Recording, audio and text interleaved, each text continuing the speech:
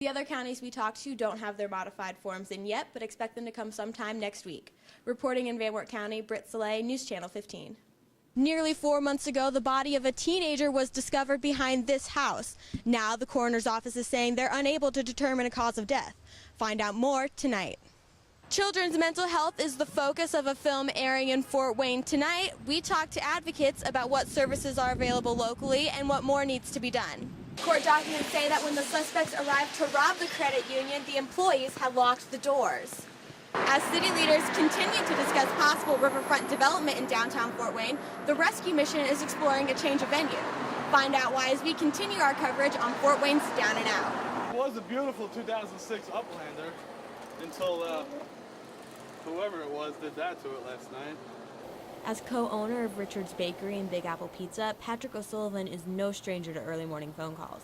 But last night he received a call he never expected to get. O'Sullivan's was the last vehicle to be set fire to just after 1 a.m. this morning. Luckily enough, a security camera at Richard's Bakery caught it on film. Two guys come up, look in the window, they see that nobody was in there at the time. He was standing in the door lighting something, then put it in and close the door halfway, and then you just see smoke coming out, and then whoosh, and then it goes up in flames. We delivered donuts down to Lutheran on Jefferson every morning. So that's usually our vehicle, so now it's personal vehicles we'll be using. You don't think it's ever going to happen to you. It's nothing big, but it's still, your car got on fire. Richard's Bakery was fortunate enough that they got to their vehicle quickly, but others weren't so lucky. As you can see, not much is left of this car, but charred remains. I came home using the restroom. 20 minutes later, came out, I heard it sounded like a tornado alarm. Looked up, there's 5-foot flames. Everything's ruined. We had pools in there, it's all melted. Car seats gone. The fires took place just northwest of downtown Fort Wayne. Those affected say they want justice. I hope they get their punishment. Whoever was involved should definitely press charges. I mean, that's not acceptable. The incidents are currently under investigation. A man and a juvenile were arrested early this morning in connection to the crimes, but no names have been released for either suspect. Reporting in Fort Wayne, Britt Salay, News Channel 15. But if that was the day that I came to be here to bank, and yeah, that's scary. That's a scary thought. 5 Fort Wayne residents made plans to rob a Marion credit union with the FBI on their tail every step of the way. They started at Southbridge Apartments and traveled to the Via Credit Union located just off of I-69. Authorities instructed employees to make it look like business as usual at the credit union as they waited for the suspects to arrive. Court documents say that when the suspects arrived to rob the credit union, the employees had locked the doors. The suspects were immediately pulled over after leaving the credit union. Police reported masks, zip ties, and a loaded semi-automatic gun in the vehicle. This is just another example of a successful joint investigation involving federal, state, and local law enforcement. And it should serve as a message to anyone considering robbing a financial institution that law enforcement in northeastern Indiana will devote significant resources to prevent and solve these serious crimes. Via Credit Union declined to comment, but members of the credit union were impressed with how the case was handled. It's wonderful. I can't believe they've done it. The way that they did their investigations and handled themselves professionally, I think it's amazing.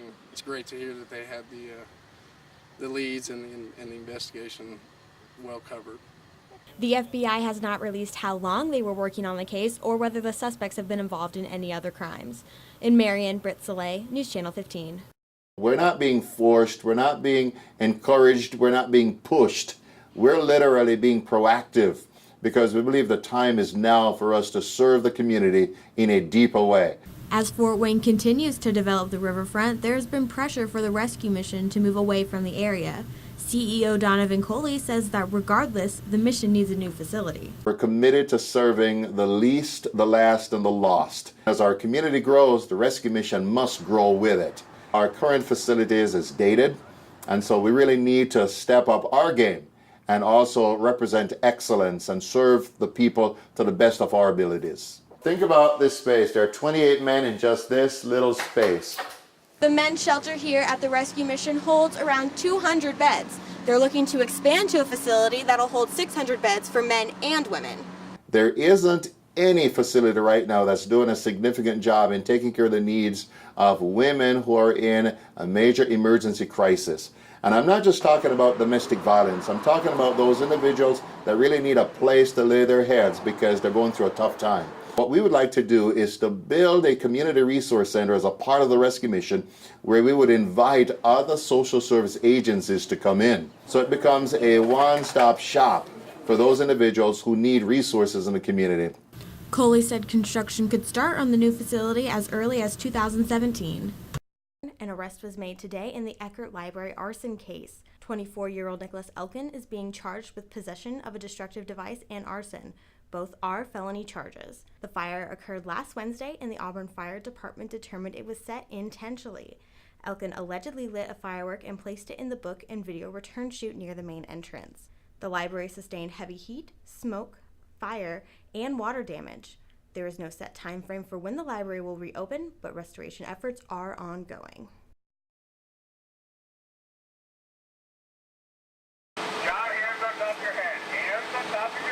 One man has been arrested after an hours-long standoff on the city's northwest side.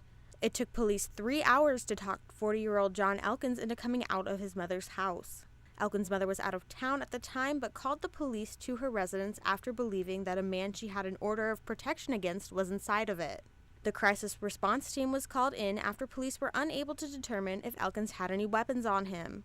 Neighbors were concerned about the police presence, but not surprised. It's not the first time cops have been called to the residence. Just the day before, the same block of road was shut off for the same reason. Pretty crazy. It happened yesterday at the same time, and I just hope it gets figured out because this isn't safe for everyone that lives around us right here in this area, and it's never happened like this before. So it's pretty serious, so I hope it just gets straightened out. Elkins came out peacefully but clearly agitated just after 7 p.m. Police on the scene say he will be charged with at least one felony offense. No word yet on what that might be.